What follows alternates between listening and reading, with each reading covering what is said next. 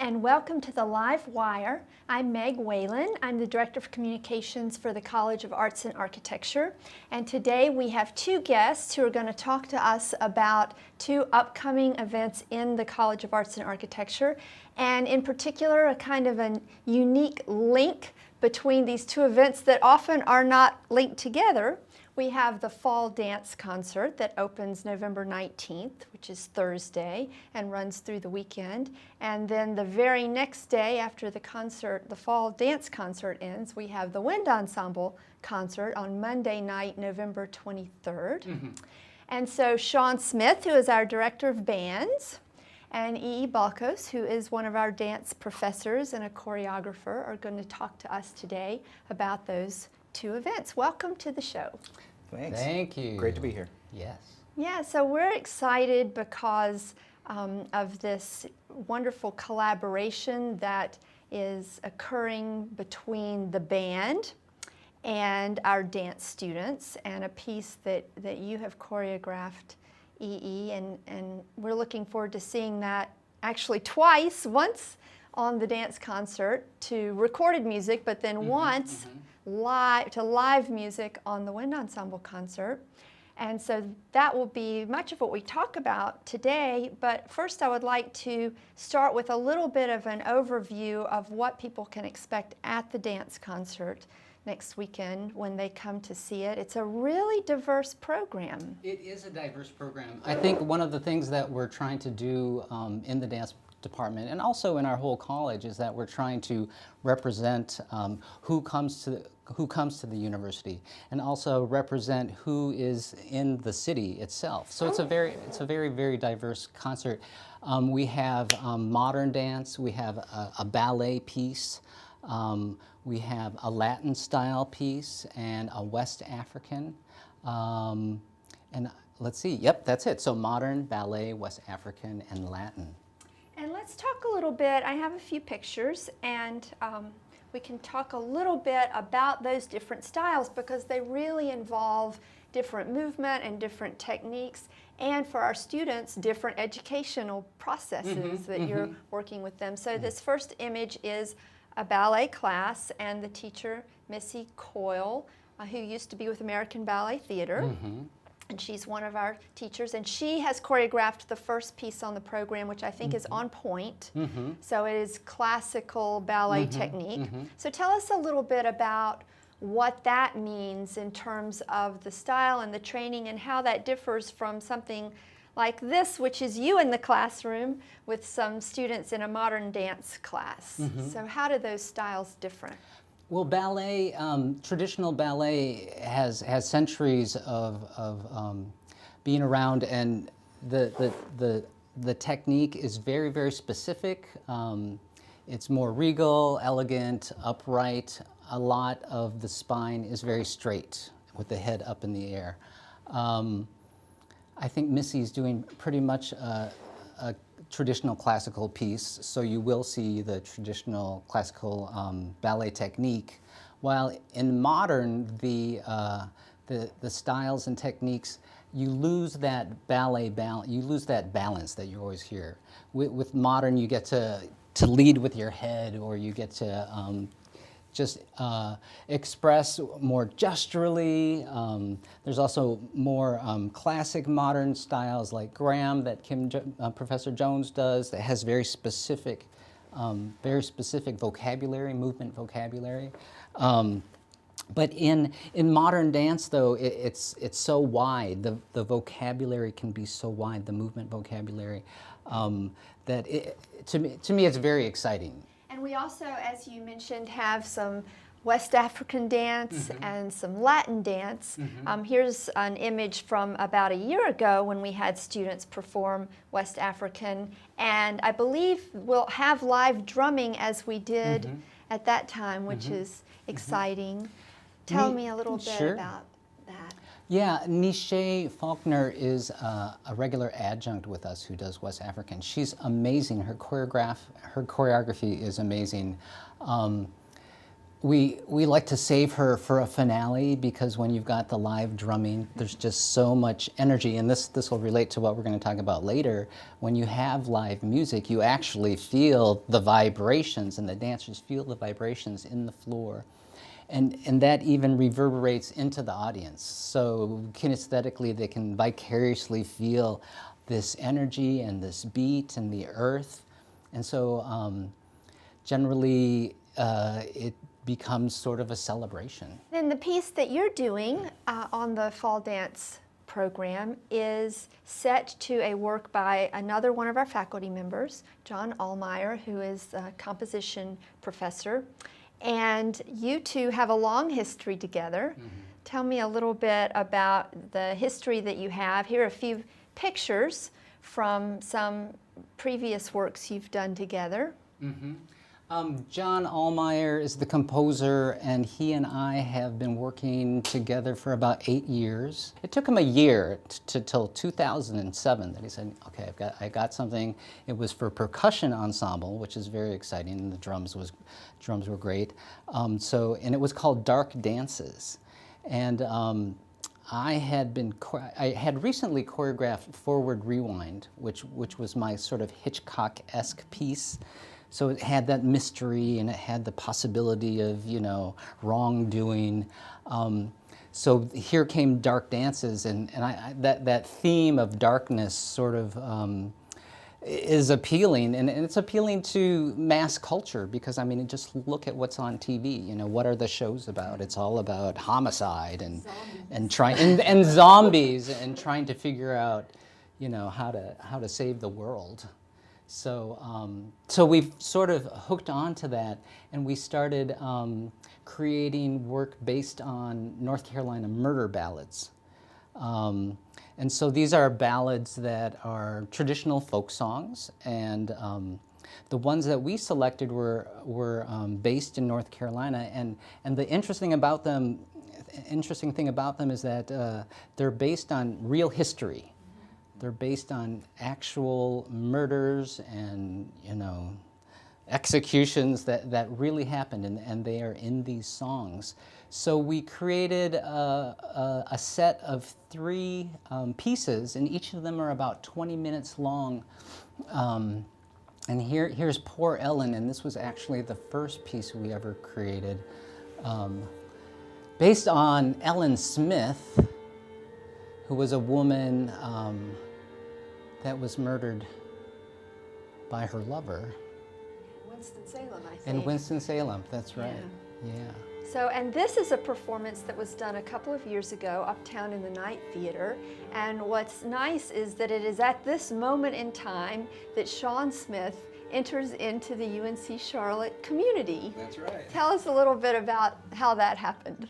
Yeah, well, that was actually a really exciting time. I had more or less just found out that I got the position here to be a conducting professor, and John contacted me and said they had this exciting collaboration going with dancers and with choreography, with some music that he had written, and he was looking for a conductor to come and conduct it.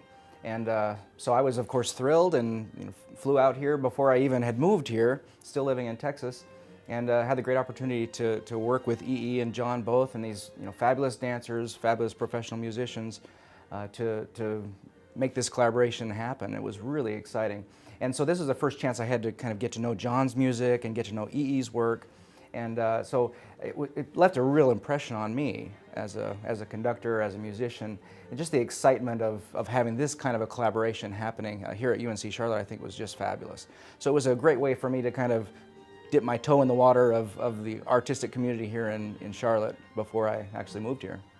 And so it was even as early as that you hatched the idea of maybe one day John Allmeyer composing a work for a large ensemble like your wind ensemble that you conduct here at Absolutely. UNC Charlotte. Yeah, and it took, to be honest, it took a little bit of pulling on my part. John had written a lot of sort of chamber music works. I remember when I got here, of course, having worked with John and E on this project, and being interested in thinking, perhaps John had already written something for a wind ensemble, or perhaps he would be willing to. And at first he just said, no way, that's not my thing, I don't do that. And so I worked on them for a couple years, and so then I was excited this project came along, and John agreed to write this wonderful piece for us. And so it was a kind of a cool thing to see a composer kind of starting the process of writing for a large ensemble when he hadn't really done that before. And tell us a little bit about the piece that he has composed for the Wind Ensemble. Well, the piece, actually, when John and I first talked about this piece, it really had no dance component with it at all. It was just a piece that he was writing for Wind Ensemble, and so he had done all this murder ballad, these ideas. That's right, yeah. with E.E. And so he used that sort of same idea. And so Little Sadie is a murder ballad about a man that murders his, it doesn't say specifically if it's his girlfriend or his wife, but his significant other. He murders her, and fairly callously, and then goes back and goes to bed, puts his pistol under his pillow and goes to sleep. Later he's found and tried and sentenced to prison. And so that's where the music comes from. And John has an interesting way of kind of deconstructing these, very kind of regular folk songs, with banjo accompaniment, but he deconstructs them and uses little bits and pieces and ties them together in really unique and interesting ways. And so that's what he did with Sadie. And so when he gave me the score, that was the first thing I did was, first of all, I said, so who's Sadie? Because I had never even heard of this story. And so he told me a little bit about the folk song, and so I, of course, went to YouTube or anywhere I could find to find the text and the music. There's an interesting process to see how John kind of deconstructs and then puts these pieces back together in a very modern and exciting way. And this particular piece, Sadie, actually does something that some of the other pieces John didn't do, and that is he actually does quote. In the middle, there's a fugal section where he actually kind of quotes the tune, where you really do recognize the tune from Little Sadie, yeah, which is kind of a neat idea right in the centerpiece of the work. And so then, who suggested that music be brought to EE for choreography? Was that your idea? Or? That was my idea. As I said, John and I had not talked at all about using dance for this particular piece. But having worked with John and E.E. previously with some of the same sort of subject matter, I was intrigued by the idea of, what if we make this a bigger thing than, it's a big thing anyway, that it's a world premiere of a brand new piece, and especially John's first piece for Wind Ensemble. So that's a big deal. But what if we went even a little bit further and included E.E. and dancers on this? The other thing I was really intrigued and excited by was the fact that it would be with students, which in the past it had been with professionals. Mm-hmm. And so being able to involve our students, my wind ensemble here at the university, along with student dancers, it offers not only an interesting artistic collaboration, but an educational one. For my students to be able to perform for dancers is a unique experience they don't get to have very often. And as I've told them, it's different. It's a little different performing with dancers. Just like E.E. said, it's different performing with live music. It's different for us as musicians to perform for dancers. Tempo becomes really crucial, more so than if we're just doing concert music, because it affects physically what the dancers have to do on stage. And so I think that experience is really exciting and just educationally and artistically both, which I was really excited by. Are they rehearsing together? Have they rehearsed yet together with the Wind Ensemble, the dancers, or? No, we have not. When will that happen?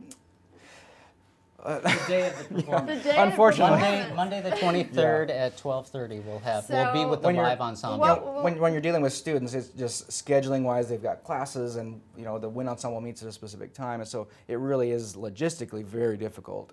So we would love to get together more than we have the time to do, but. And so what will be the challenges for your students, E.E., to come in and have this music live rather than what they've been accustomed to hearing, on the recording? I'll go backwards just a little bit. When I first got the music, it was created on a MIDI, which means it's digitally produced.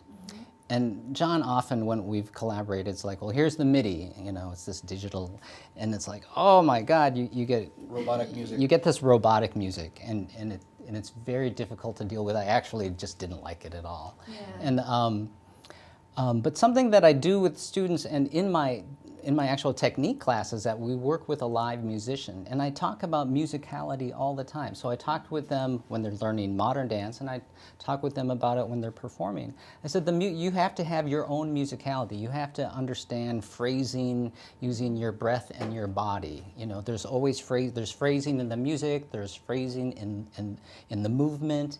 And artistically and musically, as a student, I try and teach them that you have to learn how to be musical and have this counterpoint with your movement that's going on, and so they're trained to hear different tempos and different meters, and to lay the choreography on top of that. So after we had the MIDI, then we had a rough draft.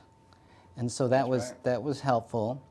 Yeah, we actually had to plan really far in advance for something like this. And so John E. and I all sat down back when, whatever it was, last year, and figured out, so what is the timeline? It was last year. Because working with E, I said, so how soon do you need this music? Because basically the music has to be ready so that they can begin their practice. So our ending is their beginning, which means that we have to have the music ready far in advance of when the actual performance would be, which is different from what we usually do, and a learning experience for me and the students. So I sat down with E and said, so when do you need this music? So he said, well, if we could get a rough copy by this date, and then the actual recording by this date. So we had it all calendared out to figure out, when pieces need to fall into place so that we could be successful. And one other thing I wanted to mention about what I really appreciate working with E, he talked a lot about musicality, and he's a musician too, and so it really is helpful for me as a musician, as a conductor, working with someone like E that has that skill set as well and thinks like a musician, and I'm sure that his dancers appreciate that as well. I'm not in dance, so I don't know exactly how that works together. But certainly from my perspective, it really is a fabulous to be able to collaborate with somebody that's a musician as well. Yeah, and it shows through in the choreography Absolutely, too. yeah, So, absolutely. I wanted you to talk just a little bit about the choreography in the piece. In the video that we have of one of the murder ballads, this work is a narrative work. It is telling the story of this murder ballad, Poor Ellen, and it is part of a really intense collaborative process that you and John developed, where he was creating and you were creating, and you kind of were creating simultaneously and feeding off of each other different ideas. But this process has been a little bit different. Tell us a little bit about how this work maybe compares to the story piece that people can see on the screen. When I got John's the first time I mentioned Dark Dances, his percussion ensemble piece, it was already composed. Here's some music, it's already composed. Do what you want with it. It's like, okay, I'll do what. I made an abstract narrative of some kind of dark story, and it was great. I really loved it, and it got to tour on North Carolina Dance Festival and be on Charlotte Dance Festival, so it got a lot of venues. And all of this was with professional dancers. Then as we started to continue to work together is when we started, all the things that we created together were simultaneous. And we would meet every week, and we listen to this, okay, let's look at some of this movement, what's going on here, what is our story, what is our abstract narrative. I would say that, there are no straight narratives in my modern dance. What's wonderful about modern dance is that you could have some sort of narrative, and then you could have some sort of parallel universe going on, or you could have some sort of narrative, and then later on maybe they're all ghosts or something, or spirits. I mean, you can just do so much with modern dance. It's kind of like TV. Yeah, yeah. So then I had no I had no idea about Sadie and his wind ensemble piece. So now we're going back to Dark Dances almost. It's like, hey, here's a piece of music. It's already composed. It's like I had nothing to do with it. So at first I was elated too, because like Shawn said, it's like, Now for the first time, we're going to use students. Yeah. We're going to use our professional work and our collaboration experience and let our students experience that as well, which is really, really exciting. So that we got back to this new piece. I'd never heard it before in my life. So as a choreographer, at first I was like, what is going on? What is this? The piece musically sounded very episodic, but very, very John, because I know his music so well. I know how he uses motifs, but because there was no collaboration with me on creating it, I was a little stunned. I'm like, how do you do this? So John and I had to meet and dissect. I'm like, okay, give me the score. What happens in section A? What happens in section B? And so I had to meet with John so I could understand a little bit more what he was thinking, where this came from. Like Shawn was mentioning how there's actual theme from Lil Sadie in it, and it starts with this half step. There's this half step kind of motif that happens, and it happens again and again. And I use it. I mean, nobody would know this. Like, oh, there's the half step, and there's that movement that goes with that half step. At least sometimes. So you're saying you have a movement motif that goes along with the half step. Is that what you're saying? At times, yes, absolutely. See, I haven't seen the dance yet, so I'm curious. As curious as everyone. It's gonna be exciting to see it. So once we dissected it, I'm like, okay, I got it now. This is your music. I understand it. I got it. So I created this piece, and it's done, and I've been so excited. It's like, we're ready. We're just ready to go. The interesting thing is, because we're going to do it with the Wind Ensemble that has 50 members, 50 students, when that happens, half of the stage will be filled with musicians. We had some negotiating we had to actually walk around the stage and negotiate. Well, I need this much room. Well, I need this much room. And so we had some negotiations. I think we've got it worked out, but. So we actually had to measure the stage, That's right. measure how much room the musicians needed. And the thing that helped us was, and we were talking about this too, was like, well, how about if we include the house as to be part of the performance space? And so we've created this piece that's on the proscenium, and then there's this pit that's lower down. It's like a step down, so this little platform here.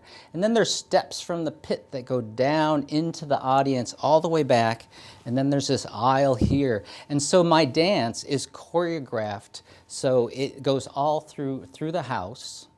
And it's very problematic, but we were trying to expand what the performance space is, which sometimes could be very frustrating for a viewer, because they might say, what am I supposed to look at? Where do I look? That's right. What am I drawn to? Why am I sitting here when somebody's dancing behind me? So part of that experience too is that the viewer gets to choose, really what they want to look at. Yeah. In some respects. I'm really excited about going into the house. I've been working with the lighting designer, Jennifer O'Kelly, who's been fabulous and excited about, okay, let's light up this part, and let's light these steps going down here. So that helps us with the spatial concerns. It's like, okay, let's move them out. And it makes the whole experience, I think, even more exciting. We talked about this, the collaboration being exciting, with students being exciting, but also giving this immersive experience for the audience, where there's people where they don't expect there to be people, or performers where they don't expect, and so I think it again elevates what's going on. It makes it into more of an event that is a unique experience that I think the audience is really going to enjoy. And I think that's something that we first talked about. It was last spring when when you brought this to us, and we talked about having something that was going to be different. Let's make this different. That's right. And we also talked about at one point having the instrumentalists, possibly being in different places too, along with the dancers. And something to think about was chori spezzi, which is that musical term where there's like a chorus here, but then there's a chorus here, right. And so you have the spatial. So the music becomes as immersive as the dance would be. Yeah.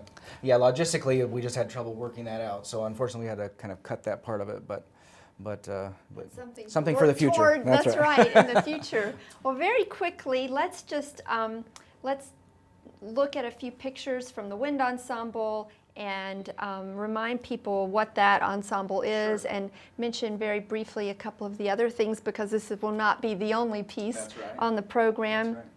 And there you are conducting. Yeah. So we have, did you say 50 members? Yeah, there's about 50 in the ensemble, and people may not even be familiar with the term wind ensemble. So the wind ensemble is basically a concert band.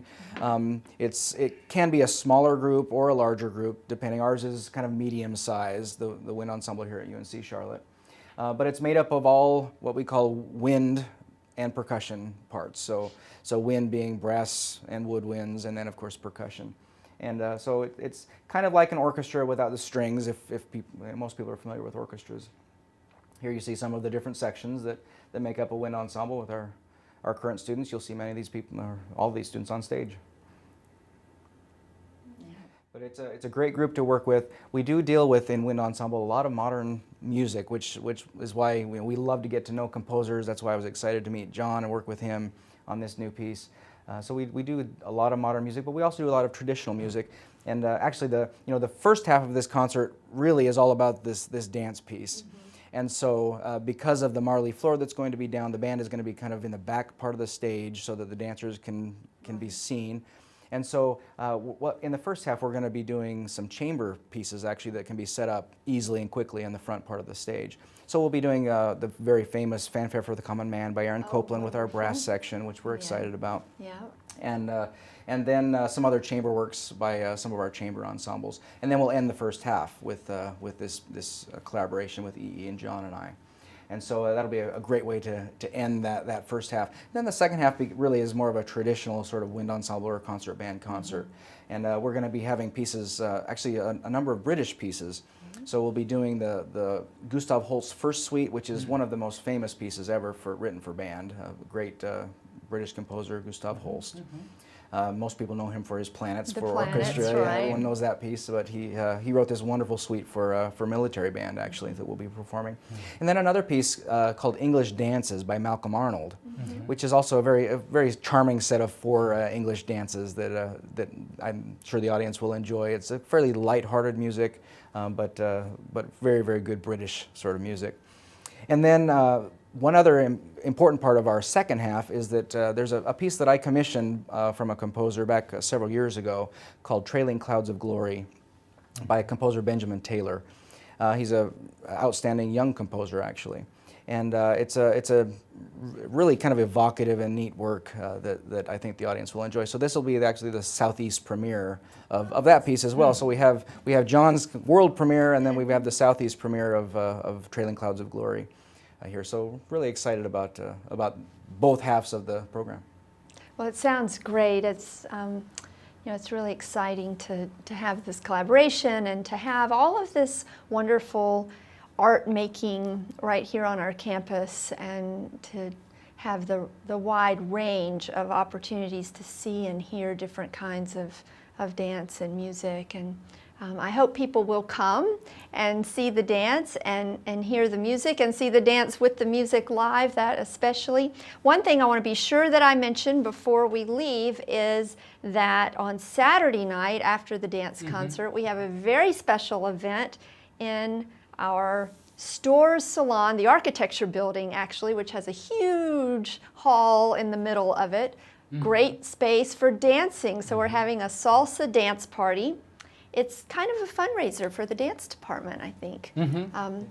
And so the tickets are $10, but if you go to one of the performances of the dance concert and bring your ticket stub, it's only $5. We're going to have a DJ playing great salsa and great Latin music, and then Rodrigo Jimenez, who's choreographing a work for the dance concert, teaches Latin dance, and he and his wife Wendy are really famous sort of salsa and ballroom dancing couple, and he'll be teaching people, I guess, how to do a little bit of salsa. So people need to come and dance the night away on Saturday night, and then come again on Monday and hear the Wind Ensemble and see your students perform Serendipitous Liaison to Sadie. That's right. All right, Looking well, forward to it. great. Well, thanks for telling us about these events, and thank you for tuning into the Live Wire.